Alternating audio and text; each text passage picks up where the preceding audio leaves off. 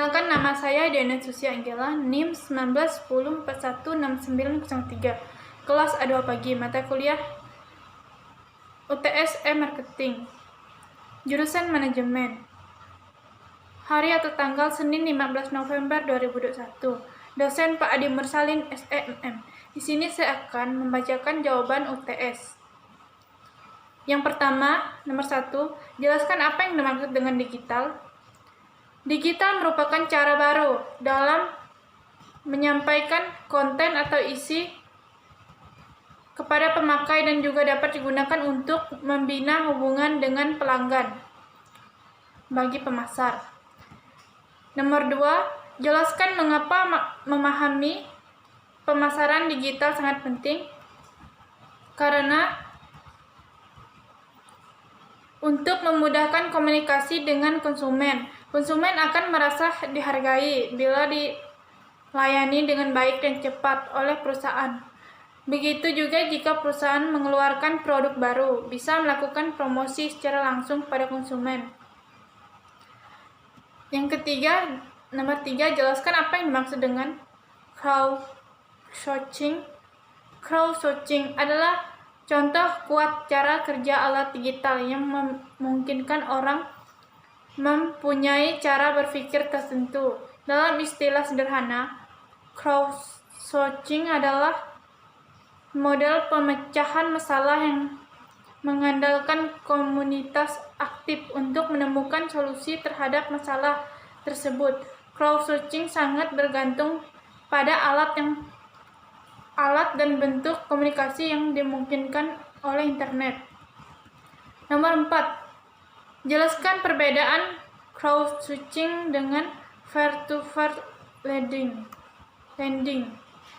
Jika crowdsourcing lebih bersifat sukarela, peer-to-peer lending atau yang sekarang dikenal dengan istilah fintech lending mengusung konsep yang sama, tetapi skemanya berbeda karena peer-to-peer lending bersifat pinjaman.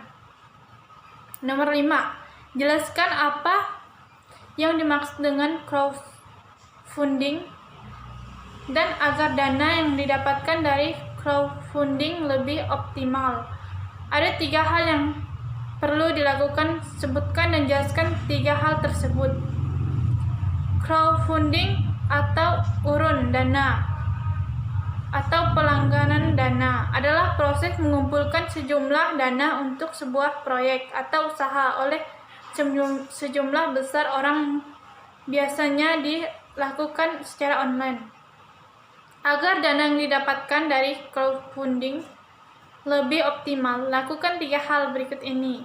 Yang pertama, membuat proposal usaha dengan menarik. Siapkan proposal usaha yang menarik, interaktif, dan informatif. Proposal yang diajukan sebaiknya berisi tentang informasi detail mengenai prospek bisnis ke depannya, mulai dari jenis bisnis, proses manajemen, proses pemasaran, dan tujuan utama dari bisnis yang dijalankan. Sajikan informasi tersebut secara detail dan lengkap melalui teks atau tulisan, gambar maupun video. Yang kedua, mendaftar ke situs crowdfunding. Proposal yang sudah selesai bisa langsung didaftarkan ke salah satu situs crowdfunding yang ada di Indonesia.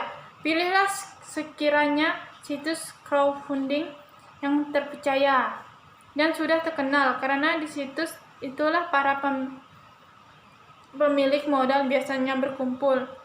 Yang ketiga, mengunggah dan memantau perkembangan proposal usaha.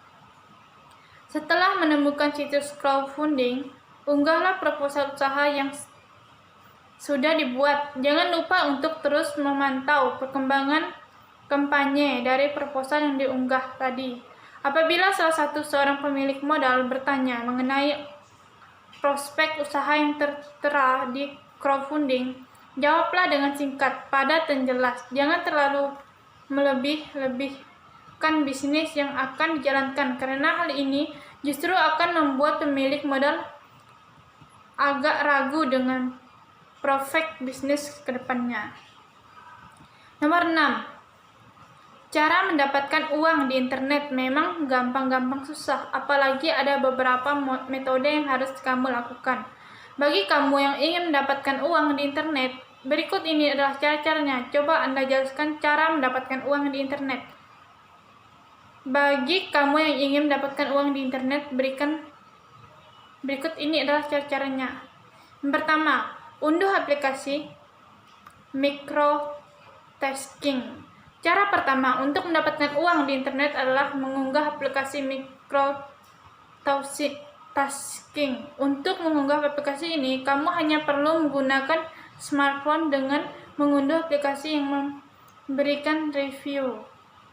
Jika kamu sudah melakukan registrasi dan login, maka kamu akan diminta untuk melakukan tugas, misalnya mengunduh aplikasi, membuka kunci smartphone, hingga membaca artikel atau berita.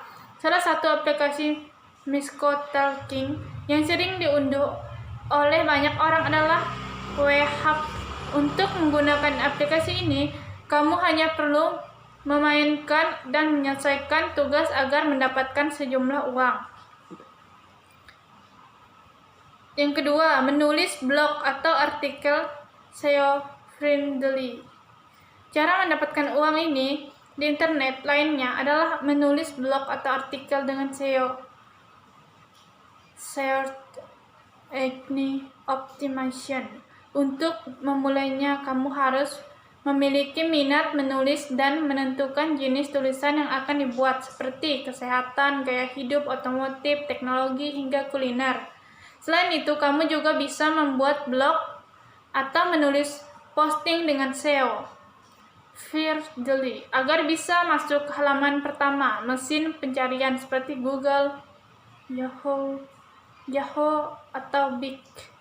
Hal itu dilakukan agar tulisanmu bisa meraih traffic blog, kemudian mendapatkan sejumlah uang melalui berbagai cara seperti Google AdSense, link afiliasi, dan lainnya.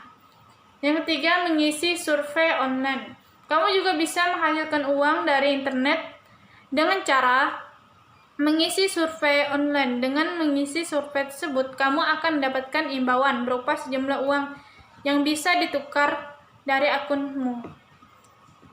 Sudah banyak layanan survei online terbayar yang menawarkan kemudahan seperti ClickSense. Keuntungan dari layanan tersebut adalah kamu dibayar menggunakan mata uang dolar.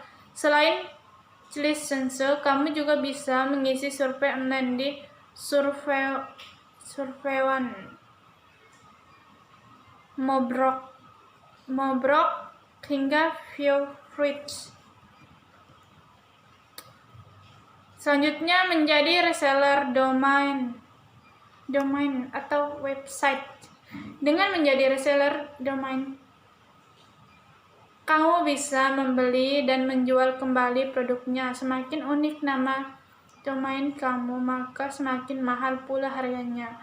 Untuk membeli domain, kamu harus menuju penyedia domain, yaitu Niaga Hottiger, Domainsia, dan lainnya. Selanjutnya, kamu hanya perlu menggunakan pembeli menghubungi kamu atau menjualnya kembali di situs flipboard.com dan lainnya. Kamu juga bisa menjual blog atau website dengan konsep yang sama, yakni membeli domain. Menjadi freelance di berbagai bidang dengan bayaran yang sama seperti pekerjaan kantoran dan jam kerja yang fleksibel. Kamu bisa menekuni bidang freelance di berbagai bidang. Misalnya, kamu bisa mendaftar di situs freelancer.com.